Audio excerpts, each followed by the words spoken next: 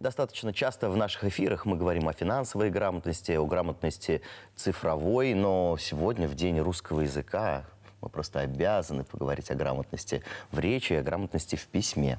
Да, будем говорить мы с гостем нашей студии, преподаватель Высшей школы отечественной филологии Института гуманитарных и социальных наук Уфимского университета науки и технологий Лира Салимова. Лера Марсельевна, доброе утро. Доброе утро. Доброе утро вам.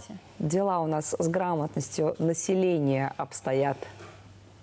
Ну, пока не очень хорошо, наверное, да. К сегодняшнему дню. Да. Вот сейчас у нас идет проверка результатов ЕГЭ по русскому языку, да. Посмотрим, что скажут наши коллеги, когда окончательно подведут все результаты, нам проанализируют, скажут. Но, конечно, бывает по-разному. Если говорить о том, что нас беспокоит, нас, конечно, беспокоит то, могут ли наши современные люди, носители языка, говорить по-русски и писать по-русски так, чтобы их понимали, как они хотели бы, чтобы их поняли.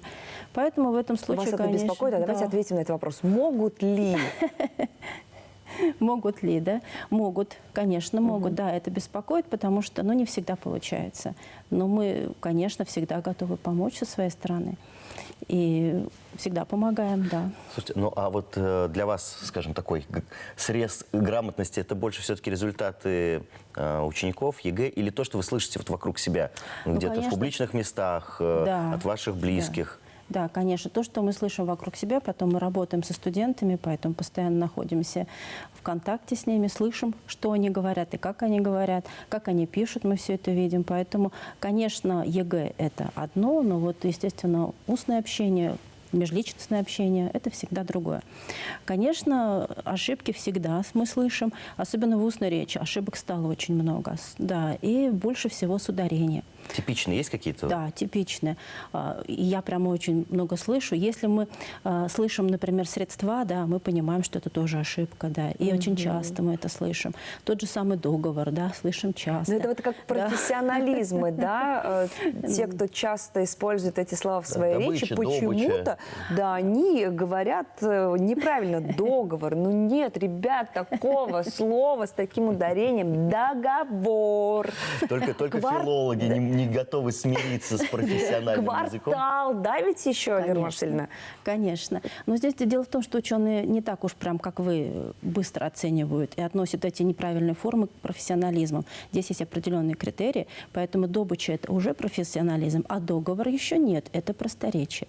Так что пока, если мы не хотим продемонстрировать, не очень хороший, высокий уровень знания языка, лучше говорить договор. И никому не доказывать, что это какой-то профессионализм. Я просто сегодня говорил о том, что, мне кажется, вот на 100% выучить русский язык практически невозможно. Я просто счастлив, что я родился в России. Мой родной язык русский, он такой красивый, многообразный. Но вот не хочется, конечно, ворчать, да, по поводу того, что молодое поколение не так владеет.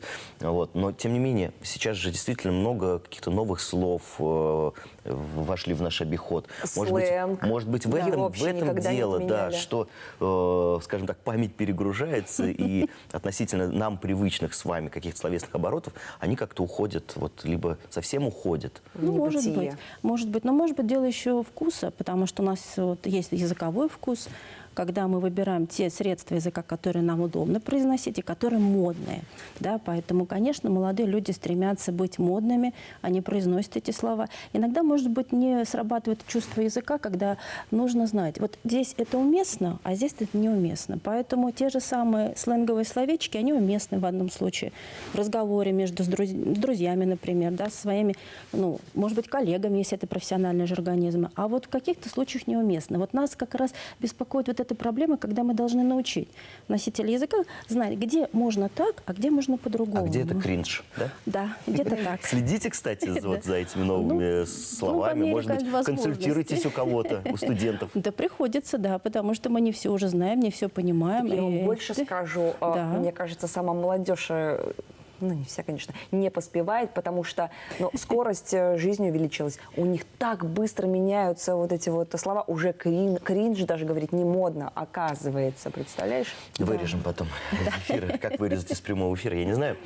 Скажите, вообще какая-то есть, может быть, вы профессионал, вы отслеживаете какую-то тенденцию, вот как изменяется русский язык? Он же меняется. Он меняется, да, конечно. Отслеживаем. Ну, это отслеживаем мы, конечно, вот по тому, что наблюдаем сейчас. Потом у нас есть специалисты, которые конкретно этим занимаются. Меняется. Но надо сказать, что это ведь довольно нормальное явление с точки зрения нормы. Да? Каждое поколение приносит свое в язык. И мало того, у нас 20-летние студенты, которые нам кажутся очень-очень молодыми, сетуют, что вот у них есть братья и сестры младше, лет на 4 целых, да, и они говорят уже так, что их старшие братья и сестры не понимают. Что за язык у молодых, говорят они мне. Да, я так, конечно, я понимаю.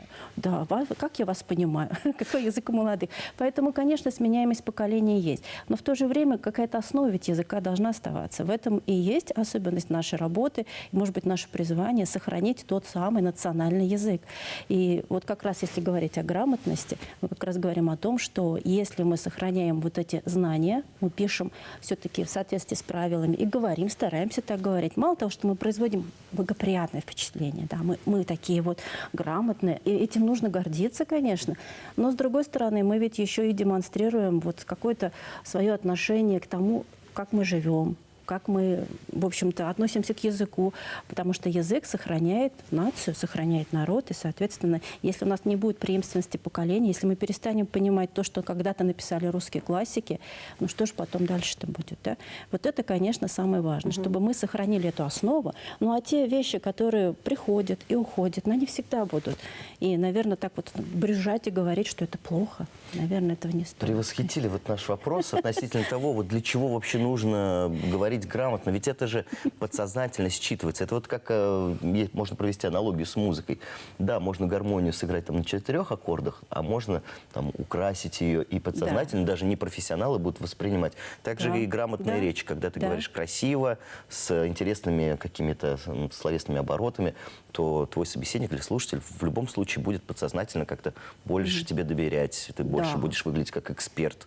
Ну, может быть, да. Но если этот слушатель окажется не совсем знающим язык, он не поймет половину, не да? поймет, или скажет так: ах, как он умничает передо мной. Наверное, все-таки нужно знать, с кем мы говорим, Да, и кстати, использовать конкретно. подстраиваться, Да. И вот мы как раз учим культуре речи наших студентов, чтобы они умели подстраиваться под своего собеседника, показывали не то, какой я умный, а показывали, как я умно умею разговаривать с людьми совершенно разными. И с детишками, и со взрослыми, с людьми с разным образованием. Потому что язык – это основа любой профессии. И, конечно, знать его, наверное, будет нужно. А какое удовольствие мы испытываем, когда мы так красиво говорим, да? Это точно. Понятно, что на курсы русского языка мало кто пойдет, а учебники школьные мало кто сейчас откроет. Я про нашу взрослую аудиторию зрителей говорю. Но то, что формирует грамотность сегодня, здесь и сейчас, может вам помочь, это чтение книг. Любых книг. Чтение, ну, конечно, трудно сказать, что любых, потому что действительно есть разные книги. Вот недавно я на занятии даже студентам нашим рассказывала об этом, заочникам, которые будут потом преподавать русский язык и литературу, что литература, конечно, бывает разная. Мы не говорим о том, что сам процесс чтения необходим, он, конечно, дисциплинирует. Но вот здесь опять мы говорим, есть школьная программа, которую вроде бы нужно знать, да, как-то вот, чтобы себя, оценивать как человека, который к этой культуре как-то относится, да.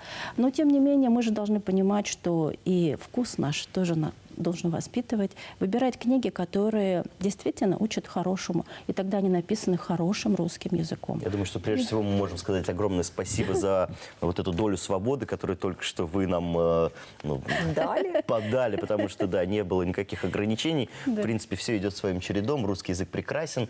Развивается. И будет развиваться еще. Да. Но, тем не менее, мы призываем вас стараться, приближаться к той грамотности, к тому идеалу русского языка, который есть, к тем нормам русского языка, которые существуют. Но мы в эфире транслируем эти нормы. Вот, да, нескромно, может быть, но тем не менее я берусь заявить именно так. Я с вами соглашусь. Я ваши эфиры смотрю, поэтому я знаю. Это высокая оценка. Спасибо вам большое. Благодарим. Мы вас поздравляем с Днем русского языка, Спасибо. с днем рождения Александра Сергеевича Пушкина.